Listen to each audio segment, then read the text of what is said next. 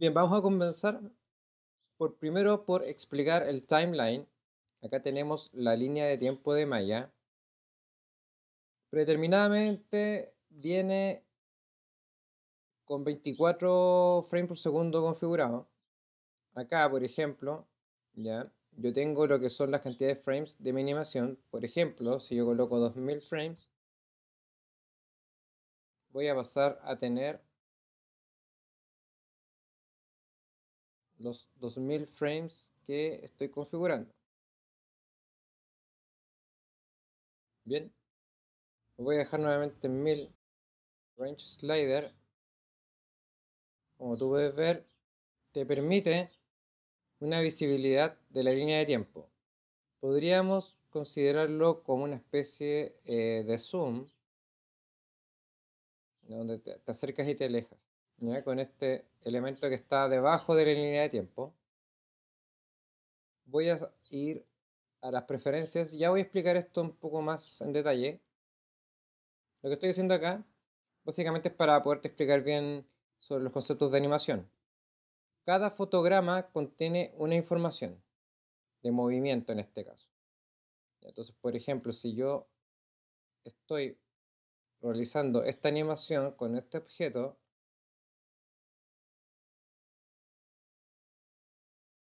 cada frame, cada cuadro, ¿verdad? Cada fotograma tiene la información de movimiento.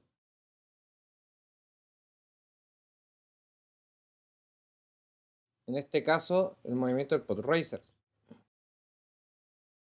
Y que son estas líneas rojas. Son fotogramas clave.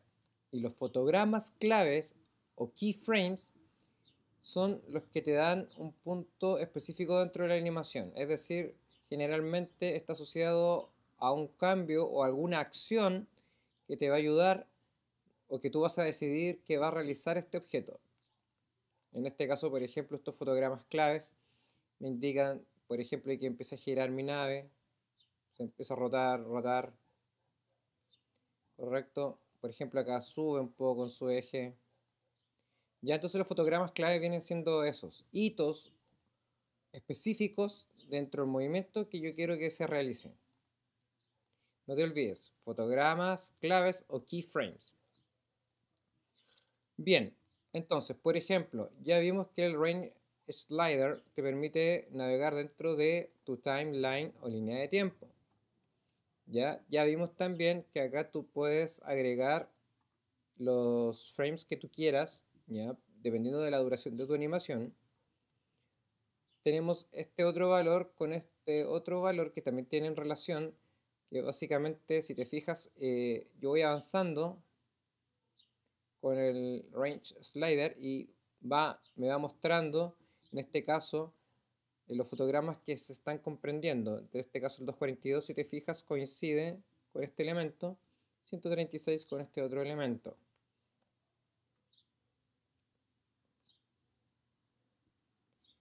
¿Ya? Si yo estiro todo el range slider, voy a tener la totalidad de la línea de tiempo. Yo lo voy a dejar hasta ahí. Este otro casillero, por ejemplo, si yo coloco 22, me lleva de forma inmediata al fotograma 22. Es decir, es como para evitar estar yendo como a la chunte, o sea, al azar. Si yo quiero ir al frame 500, me llega al frame 500. Obviamente tienes que trasladarte. ¿Ya? Tenemos este otro valor que tenemos en el lado inferior izquierdo. Este valor básicamente lo que nos indica es el configurar el punto inicial de animación. Por ejemplo, si yo quiero que parta en el frame 12, va a partir la animación en el frame 12. Si quiero que parta en el 22, va a partir en el 22. ¿Ok? Pero básicamente es eso. Si te fijas acá cambió a 22. Está dentro del inicio. Si me voy acá, parte en el 1. ¿Correcto? Bien, entonces vamos a continuar con el video. Lo que tenemos acá, por ejemplo, voy a hacer lo siguiente. Tengo mi outliner y tengo acá los elementos que lo conforman. Y quiero mostrarte lo siguiente, que por ejemplo, en este caso, yo tengo grupos dentro de la totalidad del grupo. Me explico, por ejemplo, todo lo que son el motor, por ejemplo, la parte trasera del motor, tiene una animación específica. Ya ellos van rotando, si te fijas, van rotando mientras el resto de los objetos se van desplazando. ¿Correcto? Entonces eso también es importante. Por ejemplo, es animar elementos dentro de la animación. Siempre te va a dar un plus en lo que es el detalle. Siempre procura, cuando vayas a animar, agregar detalles de ese tipo. Es decir, pequeños elementos que vayan agregando cada vez más un plus a la escena. Básicamente eso es lo que se diferencia entre una animación más amateur de algo un poco más profesional. ¿Ya?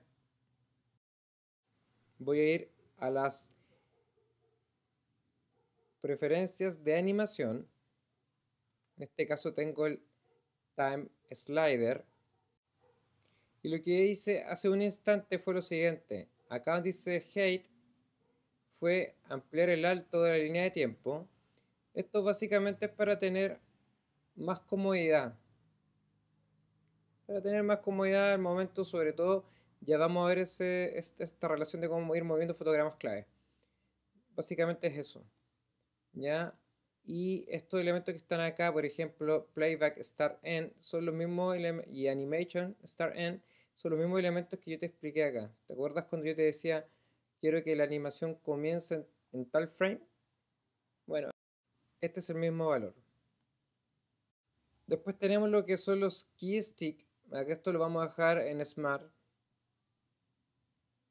¿Ya? Acá en Key Stick Size tiene que ver con el tema del grosor. Me explico. Por ejemplo, yo tengo acá mis fotogramas claves y si yo Key Tick Size los voy achicando, se vuelven más delgados. Nuevamente es por un tema de comodidad. También puedes activar la opción Timecode que aparece acá abajo. Entonces te va indicando, ¿no es cierto? En este caso, por ejemplo, cuántos segundos de animación llevamos. Después tenemos, si no queremos que aparezca esa opción, lo deseleccionamos. Y después tenemos lo que es snapping. Ya, el snapping es para que tú siempre que vayas a seleccionar un frame, estés en un frame con un valor entero y no con decimales como está ocurriendo en este caso. Si te fijas, 29.73. Al yo activar snapping, vas siempre a estar en un número entero. ¿Te das cuenta? 30, 40, 52. Eso viene activado por default, así que déjalo ahí en realidad. Bajo mi recomendación. En Playback tenemos algo bastante, digamos, entretenido en realidad, porque básicamente acá donde dice Update View vamos a tener activo, pero podemos seleccionar todos. Si yo me voy a mis 4 vistas, voy a enviar esta ventana a mi otro monitor para poder visualizar mejor. Coloco Play, vas a poder ver la animación en todos los viewports. Puedo, por ejemplo, además decir que sea oscillate, quiere decir que, ¿no es cierto?, vaya y retorne. Mira cómo se está visualizando en todos los viewports. O puedo, en la misma opción, en looping, que sea once o continuous.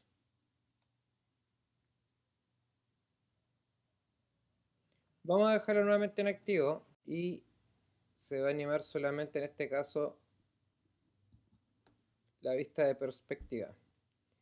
Después tenemos Playback Speed, tenemos Play Every Frame, que quiere decir que va a ir frame por frame, ¿ya? O tenemos la opción Real Time de 24 frames por segundo. Generalmente esta opción está en lo correcto.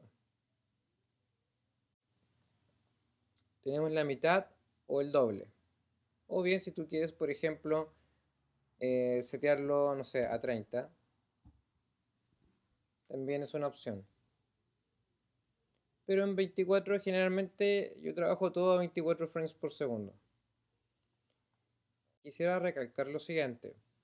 Dentro de la relación frames y tiempo, cuando yo elijo 24 frames por segundo, estoy configurando o estoy diciendo a Maya que cada 24 frames yo voy a tener un segundo de animación.